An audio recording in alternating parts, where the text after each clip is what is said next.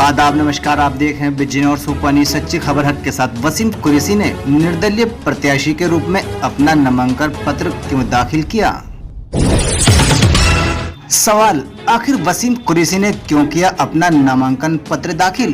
क्या नजीबाबाद से चुनाव लड़ेंगे वसीम कुरैशी?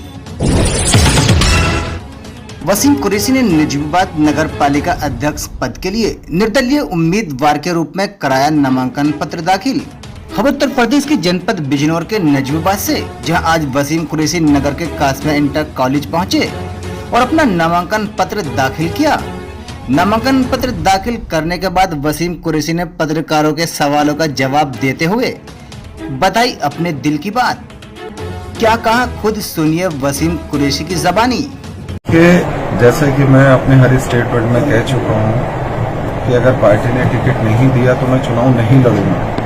ये मेरा पर्सनल इंडिविजुअली स्टेटमेंट है और मैं अपने इस स्टेटमेंट पे, अपनी इस बात पे आज भी वहीं पे हूँ, पूरी तरह से खड़ा हूँ जहां मैं कल था। अब होता यह है कि मेरे जो शहर के लोग जिस तरह से मायूस थे और रात से बराबर जिस तरह से लोगों ने अपनी रिक्वेस्ट रखी हुई थी कि आप निर्दलीय चुनाव लड़ो, नजीबाबाद की जनता तुम्हें चाहती है, या प्लीज एक बार कम से कम पर्चा भरो। और पर्चा भरने का मतलब चुनाव लड़ना नहीं होता। अगर मैं पार्टी के खिलाफ चुनाव लड़ता हूं तो कहीं ना कहीं आप मुझे कह सकते हैं कि मैं पार्टी के खिलाफ जाकर चुनाव लड़ रहा हूं या पार्टी से बगावत है। अभी पर्चा भरने को बगावत नहीं बोलते, तो मैं पर्चा भर के आया हूं जस्ट। तो ये लोगों का मशवरे के लिए कि क्या वाकई मुझे नजीबाबाद की जनता अगर मुझे चुनना चाहती है, दिल से चुनना चाहती है, तो मैं आजकल में जो ये निरस्त होने की या रिटर्न होने की जो पर्चा वापसी करने की डेट होती है, उससे पहले एक मशवरा मीटिंग करके मैं शहर के जिम्मेदारान लोगों को बुला के सभी लोगों से अपनी बात रखूंगा कि मैं चुनाव नहीं लड़ना चाहता बिना सिंबल के, बिना पार्टी की सपोर्ट के। अगर उसके बाद पूरा शहर एक आवाज मिलके, एक आवाज बना के अगर मुझे चुनाव लड़ाना चाहता है, तो तब कहीं जाके 1%, वो भी 1% में कहीं सोचूंगा।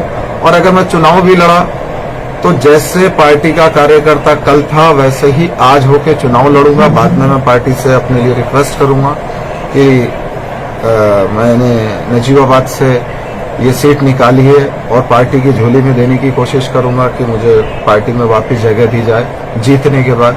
तो उस कंडीशन में अगर पार्टी मुझे एक्सेप्ट करती है तो मैं उनका दिल से थैंकफुल रहूंगा।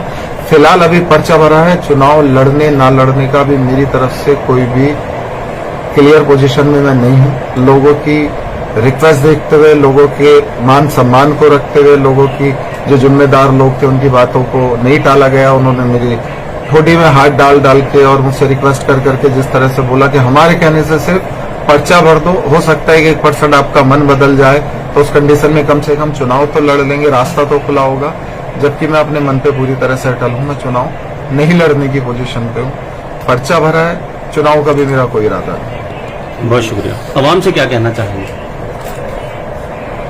आवाम से क्या कहना चाहूंगा? आवाम से तो एक ही चीज कहना चाहूंगा कि मुझे बहुत परेशान कर दिया आप लोगों ने, और नफरत में नहीं मोहब्बत में किया। इतनी मोहब्बत मत दो, इतनी मोहब्बत जितनी मुझे आवाम दे रही है। और इस आवाम ने, मैं अपने डिसीजन बड़े सोच समझ के लेता हूं, लेकिन आवाम के प्यार में पहली बार बिना सोचे समझे कोई डिसीजन लिया मैंने।